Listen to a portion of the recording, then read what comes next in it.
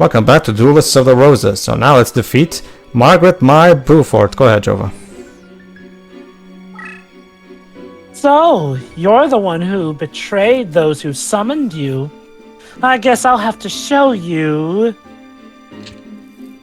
the error of your ways.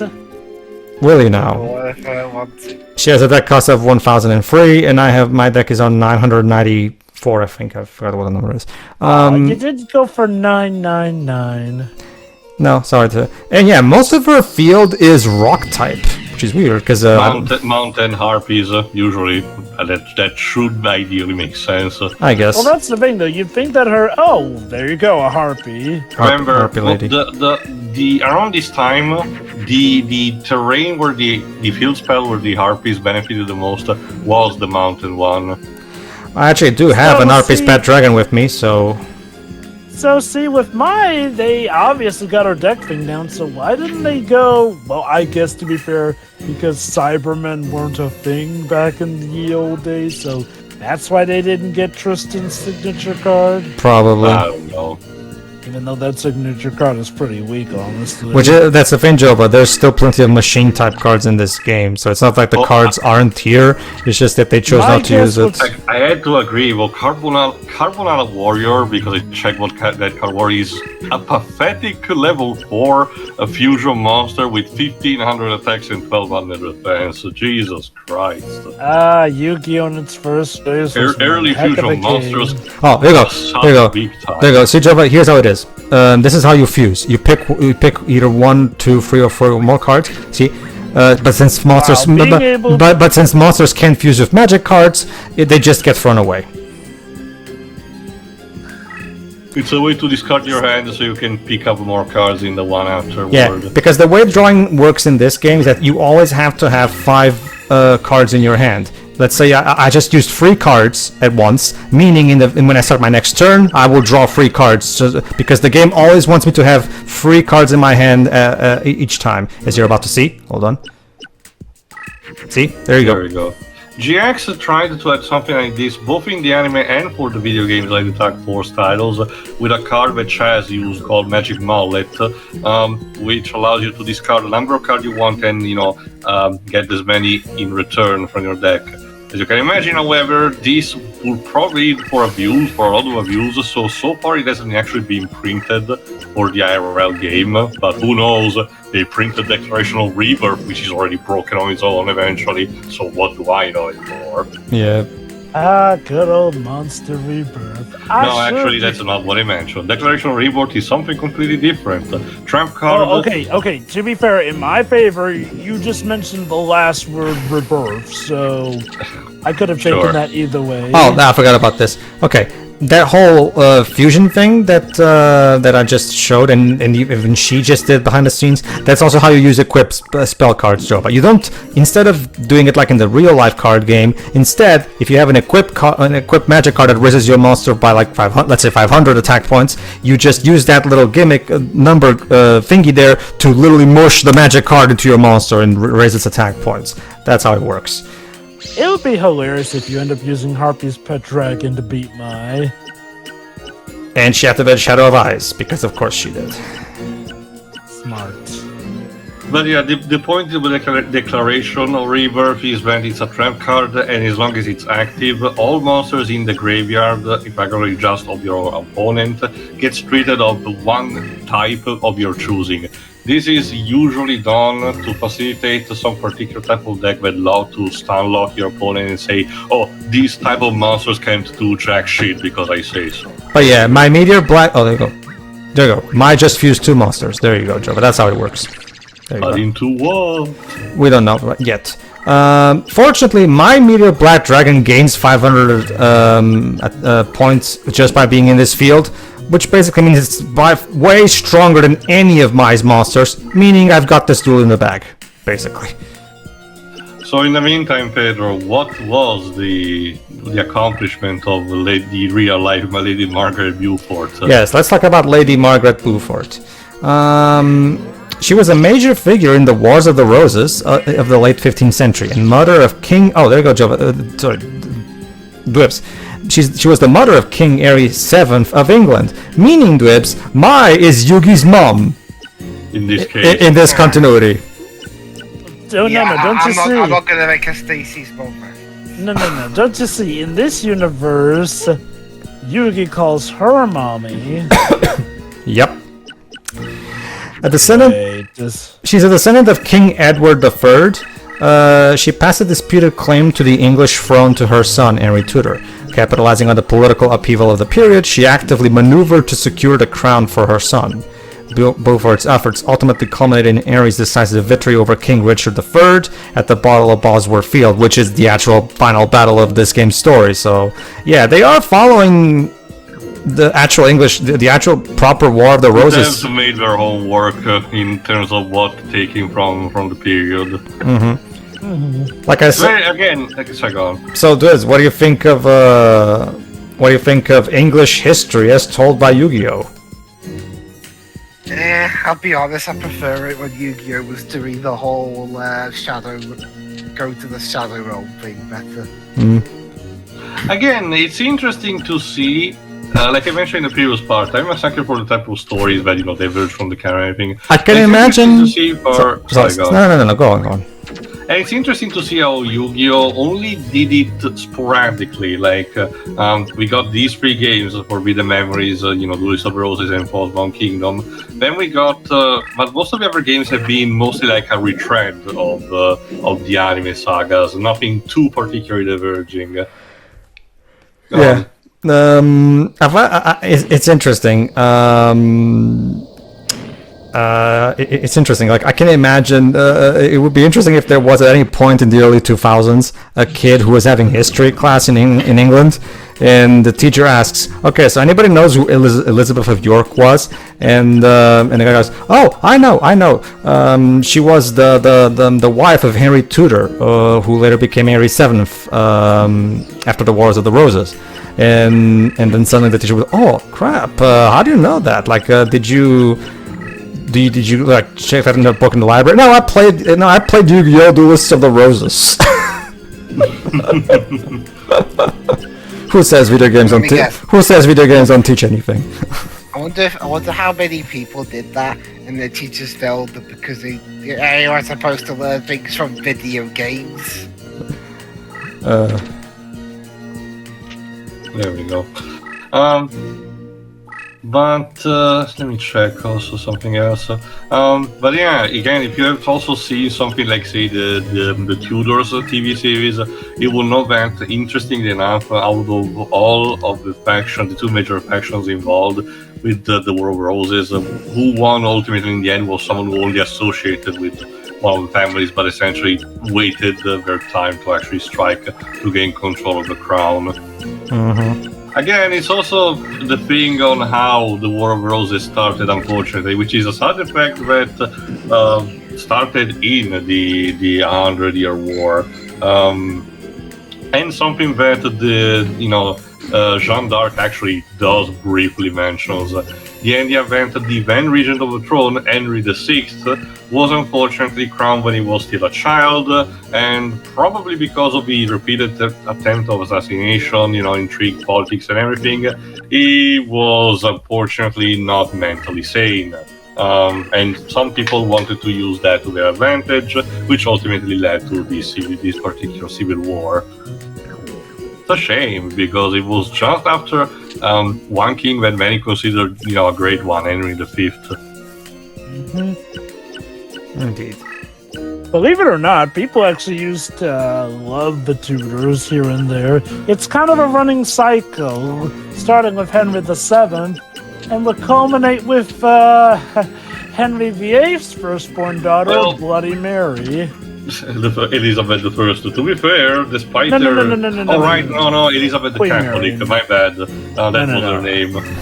People ended up liking Elizabeth all the way through. It's Mary who started off as Mary the Catholic, because she started burning people to the stake, like a lot of people. Do you mean Mary Tudor? Yes. Yes. Oh yeah, because she didn't actually become the queen after Henry VIII's death at first. It was actually Lady Jane Grey, but Tudor amassed a massive rebellion and Lady Jane Grey only served like 9 days on the throne, and then she was executed.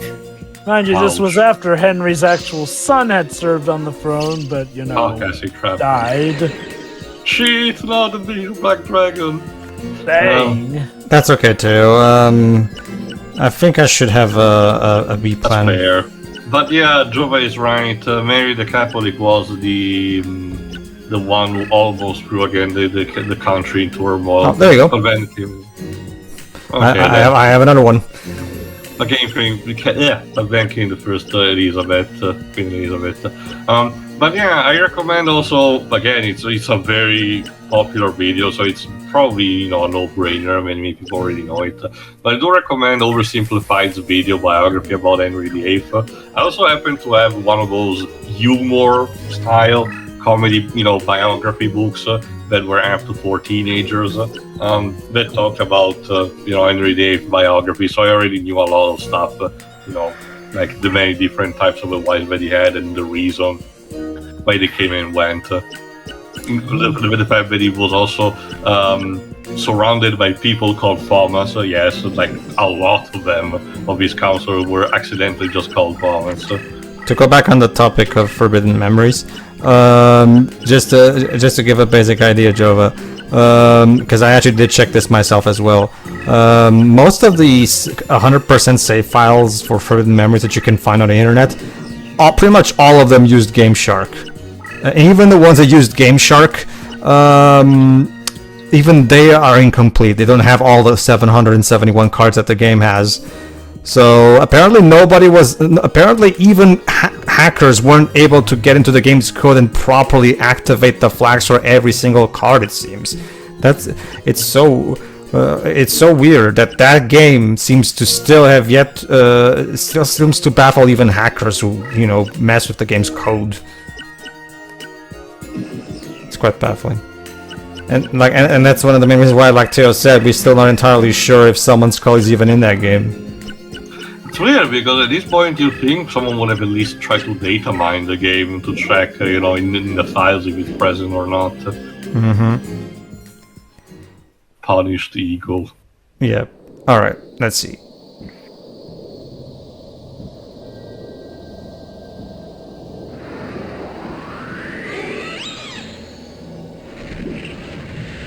No. And then he had a heart attack. Well, he just got attacked, and since he has For the way it was animated, it looked like he died on his own. now the eagle just starts laughing. Haha! Killed the king of Yamikaki. Yayamakai. AKA it's one of God, what was his name? Bakura? No, Pain. Okay, the Dark Clown, okay. I gotta say, this music playing, it's making me imagine the people saying the Yu-Gi-Oh! Catchphrases. Oh, you go. But in the old accents or something. It is time to commence the duel. There you go. I got myself rid of those monsters so that I can draw more cards next turn. Why not? Since I don't need those others. And there you go. Now, meet your Black Dragon, and there you go. Down goes the Punished Eagle. Yeah, let's skip this. Yeah, we all know what happened to the eagle. There you go.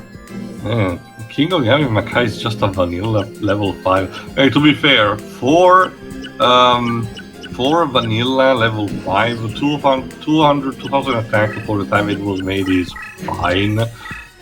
Although again, if I recall correctly, all the cards piloted by the evil clown had these weird particular stats that were not potentially even, because his defense stat is 1530, which for the standard Yu-Gi-Oh is just odd. It's either a complete number, 00, or a 50 usually.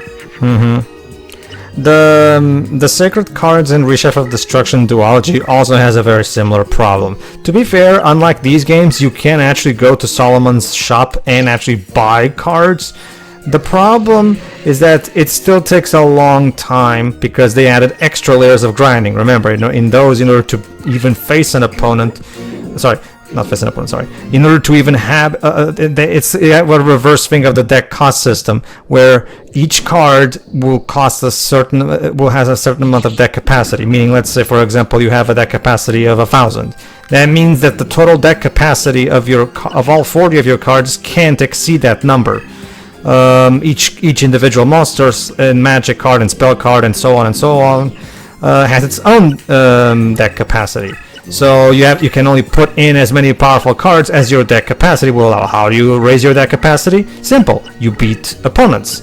Here's the problem. Every time here's the point. You only get the only possible way to raising of like a fair amount is when you defeat a major story duel, which you get 10 capacity points. If you try when you're trying to actually grind to increase your deck capacity points, each individual random duelist you can find and duel over and over will only give you 1 more deck capacity point per win. Which, so yeah, as you can probably guess, that game also has its own grinding problems. I guess it's one of those things where the developers would make one of these games, right, and they realize that the campaigns are very short, and therefore the game might not be long enough to justify the full price. So to make up for it, they create this. They make the games incredibly and abusively grindy. To just There we go. so just to make sure that you see the game takes that long to beat. Anyway. Yeah, Gavin Bentor, yeah, it doesn't matter. Like They've been demoted because they suck at. I don't even know what that is. I don't know what the demotion system is. I completely ignored it, and I never even noticed anything. To be honest with you, They lost their jobs, of course. I guess. And I got a Harpie lady. And they got less. Yeah, they all have to become janitors. All right, get ready, Jova.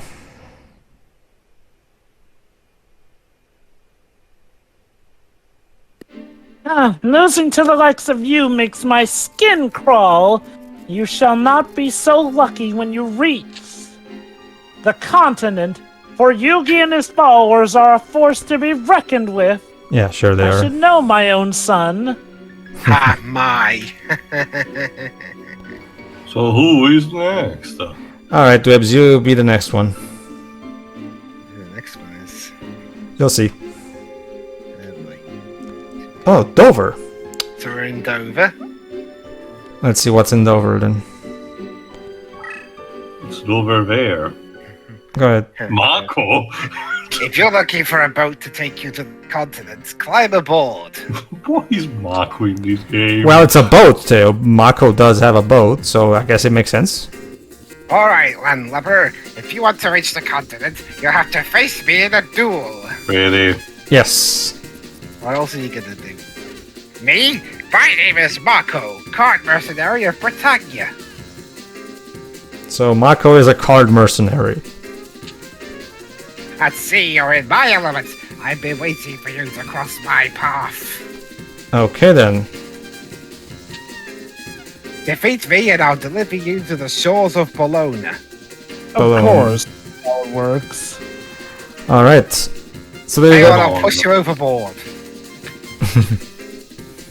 I got nothing against you, but I've been paid well to ensure you never reach the continent. I could push you overboard right now, but, fuck it. And I intend to keep my end of the bargain. Again, why not just push you overboard? That way you won't reach the end.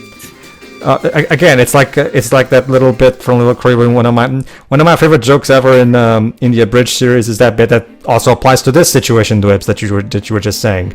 Like, but we're here to take your red-eyes black dragon, Joey Wheeler. You mean you're gonna beat the crap out of me and steal it? No. First, we'll challenge you to a children's card game. Then we'll beat the crap out of you and steal it. Wouldn't it be much easier to just skip the first step? Yes, it would. Yeah, that's what I never understood about about the series. I mean, you're right there. Half the time you look like you can kick the ass of the main characters. Why not just? It's do always that? Inconsistent. It's really always And the inconsistent. police aren't going to stop him because it's the world of Yu-Gi-Oh! What police? You're speaking of that police, One with Joe. invisible character. Speaking of police, can someone explain to me how the hell Kaiba was actually allowed to have his company in this tournament, the Battle City tournament, to literally take over Domino City? Are you telling? To be fair, Go on. Technically, it was a registered tournament, so I'm guessing he probably had word with the politicians of the city, and they permitted it. I guess card games are just that profitable. I mean, look. We live in a world where a game of people kicking a ball around is practically treated as a business over in Europe. So Sure. Just apply that to card games, and I guess it's Pedro, not too weird when you think about it. I don't think it's applied everywhere, but in a lot of cities in my country, sometimes when some cons happen, it's not just limited to say an hotel or in a particular place. Sometimes an entire piece of city, like in case of Lucca, gets actually used for it, including streets and nearby houses which are actually inhabited. It's just a thing that happens. So it's a similar case to that, I guess. It's interesting that Mako is not based on any historical figure from England. He's just Mako. So. All right, so join us in the next part where we find out just how much the legendary historical figure Mako changed the course of the war. Spoilers, he's just the usual freaky fish guy. I am not a freaky fish guy. Anyway, see ya.